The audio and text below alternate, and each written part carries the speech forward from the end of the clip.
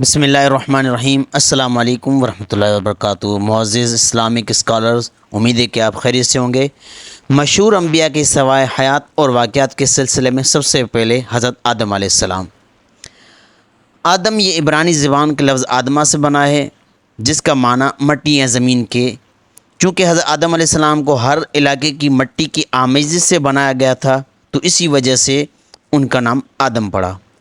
جب ان میں روح پھونکی تو سب سے پہلے انہوں نے چھینک ماری، یعنی حضرت آدم علیہ السلام نے، اور جب فرشتوں کے سامنے پیش کیا گیا تو سب سے پہلے حضرت آدم علیہ السلام نے ہی سلام کیا۔ ایک روایت کے مطابق حضرت آدم علیہ السلام جنت میں 100 سال رہے تھے، اور ابن کثیر کے قول کے مطابق 40 سال 4 ماہ جنت میں رہے تھے۔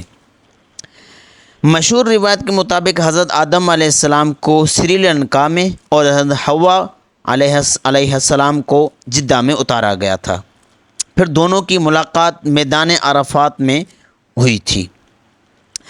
حضرت آدم علیہ السلام جمعے والے دن پیدا ہوئے اور جمعے والے دن ہی 1000 سال کی عمر گزار کر فوت ہوئے۔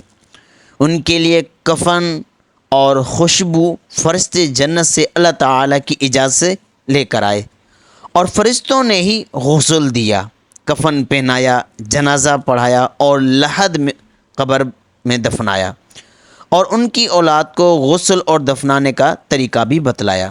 مشہور روایت کے مطابق حضرت آدم علیہ السلام کو بیت المقدس میں دفنایا گیا۔ حضرت آدم علیہ السلام کی وفات کے 1 سال بعد حضرت حوا علیہ السلام وفات پا گئی تھی۔ قصص الانبیاء کے اندر ابن کثیر نے یہ بات درج کی ہے کہ حضرت آدم علیہ السلام کی زندگی میں ان کی اولاد، پوتوں اور نواسوں اور ان کی اولاد کی تعداد ٹوٹل ملا کے 4 لاکھ کی تعداد تک پہنچتی ہے۔ اچھا، اس میں چند اہم باتیں جو اکثر طور پر سوال بھی پوچھی جاتی ہیں، تو یہ کہ حضرت آدم علیہ السلام کو ابو البشر، انسان اول، اور ان کی ایک اور کنیت ابو محمد بھی بتلائی جاتی ہے۔ اور قد کے حوالے سے جو پوچھا جاتا ہے وہ یہ کہ حضرت آدم علیہ السلام کا قد 60 گز یعنی 90 فٹ تھا، اور جنت میں سب کا قد چونکہ 60 ہاتھ ہوگا۔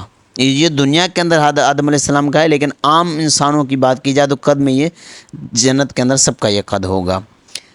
حضرت آدم علیہ السلام کے چند نمایاں خصوصیات یعنی اعزازات بھی کہہ سکتے ہیں۔ نمبر 1، اللہ تعالیٰ نے خود اپنے ہاتھ سے بنایا۔